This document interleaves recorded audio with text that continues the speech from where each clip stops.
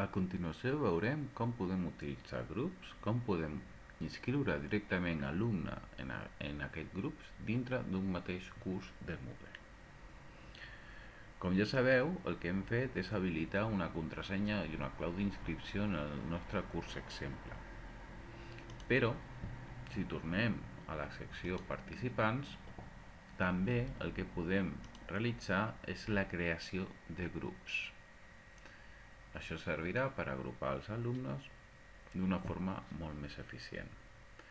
Anem a la secció de grups i com podeu veure aquí ja tenim un grup exemple creat i per crear-ne un altre simplement li donem a crear grup, posem grup exemple 2 i li habilitarem una contrasenya que serà grup 2.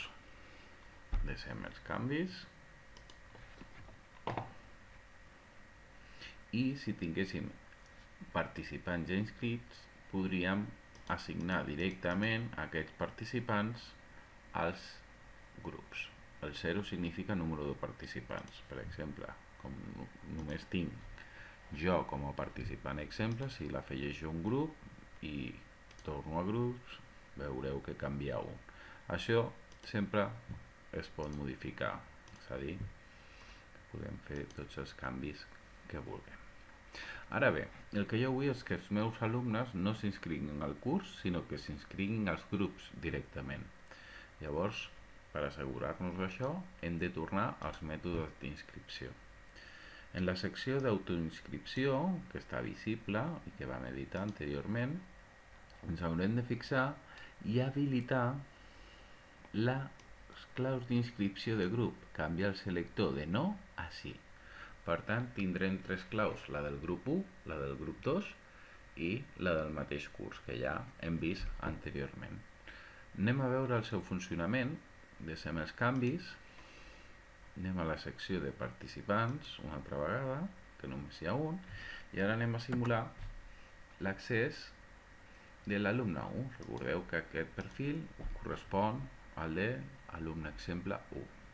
Si anem a inici una altra vegada i anem a fer l'autoinscripció d'aquest alumne, jo en comptes de posar la contrasenya inicial poso grup 1 i li dic inscriure'm. Automàticament aquest participant s'ha inscrit en el grup 1. Anem a veure aquesta realitat. Actualitzem la pàgina i com podeu veure l'alumne 1 s'ha inscrit al grup exemple, que seria el que té la contrasenya que ha utilitzat. D'aquesta manera jo puc anar fent la inscripció dels diferents alumnes en els diferents grups de forma automàtica i utilitzant només una plataforma o un curs Moodle.